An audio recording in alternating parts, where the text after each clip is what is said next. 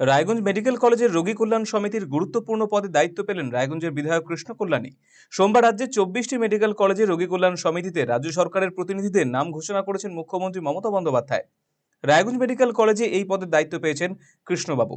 কৃষ্ণবাবু কলকাতা থেকে টেলিফোনে আরসিটিভি সংবাদকে জানালেন, গুরুত্বপূর্ণ পদে দায়িত্ব দেওয়ার জন্য মুখ্যমন্ত্রী মমতা বন্দ্যোপাধ্যায়কে ধন্যবাদ এবং কৃতজ্ঞতা জানাচ্ছি।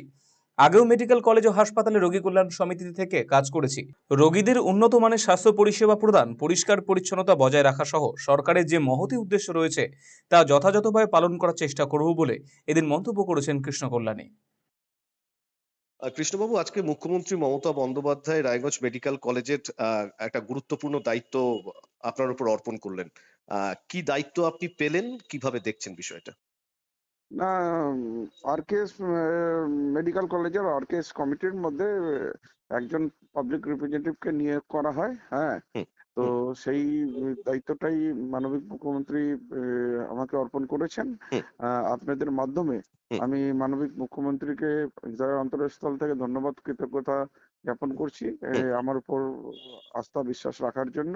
হুম, আমার নিশ্চিত আমার দায়বদ্ধতা আরো বেড়ে গেল। হুম, হ্যাঁ, হুম, যে রায়গঞ্জ মেডিকেল কলেজের, হ্যাঁ, হুম, হুম, স্বাস্থ্য সুব্যবস্থা প্লাস হুম, রায়গঞ্জ মেডিকেলের কলেজের, হ্যাঁ, হুম, সাফাই থেকে নিয়ে চালু করে, হুম, হ্যাঁ, হুম, যাতে রোগীদের কোনো হুম, সমস্যা না হয়, হুম, প্রত্যেকটা সমস্যার নিদান করার হুম, দায়িত্ব আজ থেকে আমি নিজের ঘাড়ে নিলাম। আমি রায়গঞ্জবাসীকেও, হ্যাঁ, হ্যাঁ, হ্যাঁ, অনুরোধ করব, হ্যাঁ, বিগত দিনে আপনারা যেমন, যখন আমি আরকেএস এর ভাইস চেয়ারম্যান হয়েছিলাম, হুম, আপনারা যে হিসাবে আমাকে সাপোর্ট করেছিলেন, হুম, হ্যাঁ, হুম, হুম, আশা রাখবো এবারও আমাকে করবেন। আমরা সবাই মিলে হুম, যুক্তভাবে চেষ্টা করে হুম, রায়গঞ্জের মেডিকেল কলেজের হুম, সুব্যবস্থা আমরা যাতে ফিরিয়ে নিয়ে আসতে পারি। একটা হুম, ভালো রায়গঞ্জবাসী যাতে মেডিকেলের সুবিধা পায়, হুম, হ্যাঁ, হুম, পরিষ্কার পরিচ্ছন্ন হুম, যাতে হুম, রায়গঞ্জ মেডিকেল কলেজের হুম, যাতে ভালোভাবে হয়, হুম, হ্যাঁ, হুম, সেদিকটা অবশ্যই আমরা নজর রাখবো।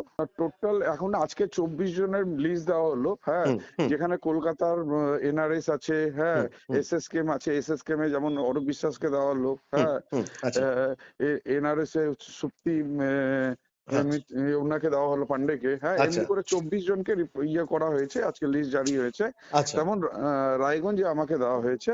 আচ্ছা, এখন হ্যাঁ, রায়গঞ্জের নতুন বডি ফরমেশন হবে, হ্যাঁ, হ্যাঁ, হ্যাঁ, ভবেন্যান পাবলিক রিপ্রেজেন্টেটিভ হিসেবে আমি থাকবো, হ্যাঁ। আচ্ছা, আচ্ছা, আচ্ছা, আচ্ছা, তারপর ওখানকার সিএমওচও আছেন, হ্যাঁ, হুম, হুম, হুম, এমএসজুবি এরা থাকবেন। তারপর হুম, একটা নতুন কমিটি ফরমেশন হয়ে হ্যাঁ, আগামী দিনে ওই বোর্ডটাই ভবেন্যান কাজ আরকেএস করবে। এর হয়ে কাজ করবে।